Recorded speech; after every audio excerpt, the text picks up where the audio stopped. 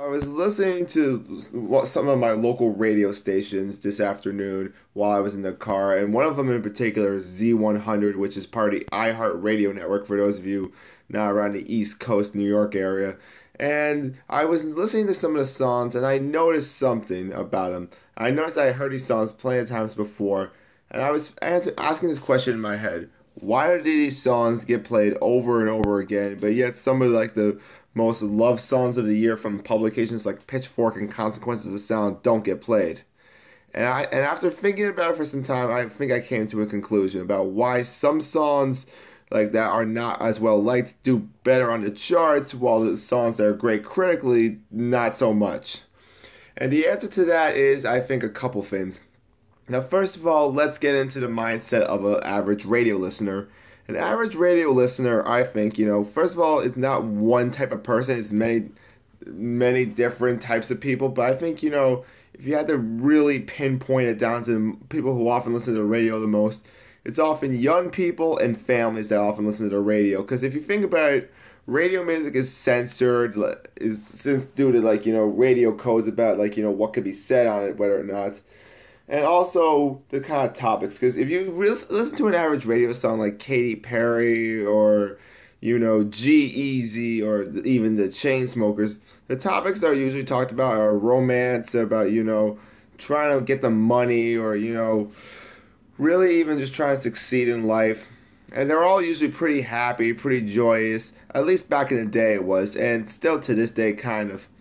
And another thing is, it's this kind of, and those are the safe topics that producers, DJs, and record executives know will sell and get lots of airtime. So they target to these demographics of people, and they like it because it's not taking any risks, it's not taking any chances. And even some of the darker, moodier stuff, which I hate to admit, but like stuff like The Weeknd, Alicia Cara, and Tove Lo, they know that they play it, they make the illusion that it's dark, but in reality it's well thought out, by producers and record labels. Now, if you play stuff from say LCD Sound System, or Radiohead, or if you even play it from some of Frank Ocean's material, that wouldn't get on the radio because some of their material, I think would probably be too weird for the average American.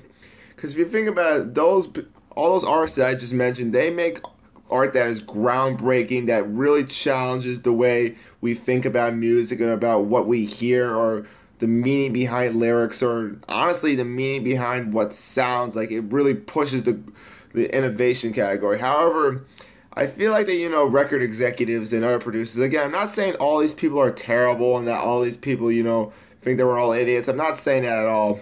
There's some really talented producers and musicians out there who want to, make the best radio hits out there, like people like Pharrell, for example. But I think a lot of these producers, at least some of the old time ones, the ones who've been making a lot of radio hits for the past 10 or 15 years, or even the past 5 years, they want to hit that safe sound. They want to hit the sound that makes the most money rather than the sound that, will really push the boundaries. Which I understand, it's important to make a profit because, if you're in a business, you want to make some money. But I mean, I feel like you shouldn't treat the audience like they're stupid. Let them hear sounds that they've never heard before. Let them hear lyrics that'll challenge their ideology. Let them, experience music. Don't let them just hear it. Because a lot of people will listen to music and they will say, oh, that was a decent song, and then they'll forget about it 5 minutes later. Play a music that, that'll get them to have that be stuck in their heads for a week. And not just because it's an earworm, but let them think about the meaning behind music. Let them think about, what it actually means that they're listening to.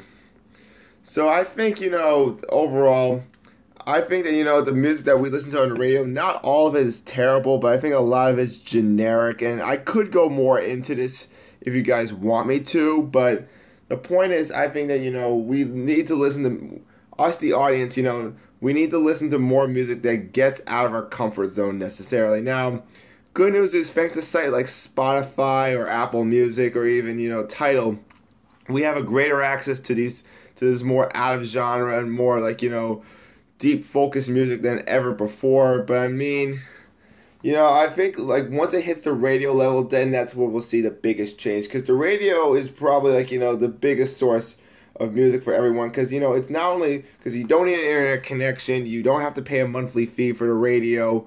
Like it's free, and record producers and DJs notice, so they play stuff that they think the most audience members will like. So I think instead of trying to reach that target demographic, just play what the DJs actually like. Because I'm pretty sure that a lot of these radio DJs don't like the stuff that they're playing on the radio. I'm just saying. So, till again, this is Ian Ward signing off. I'm thankful to be alive, and I will see you people tomorrow. Bye.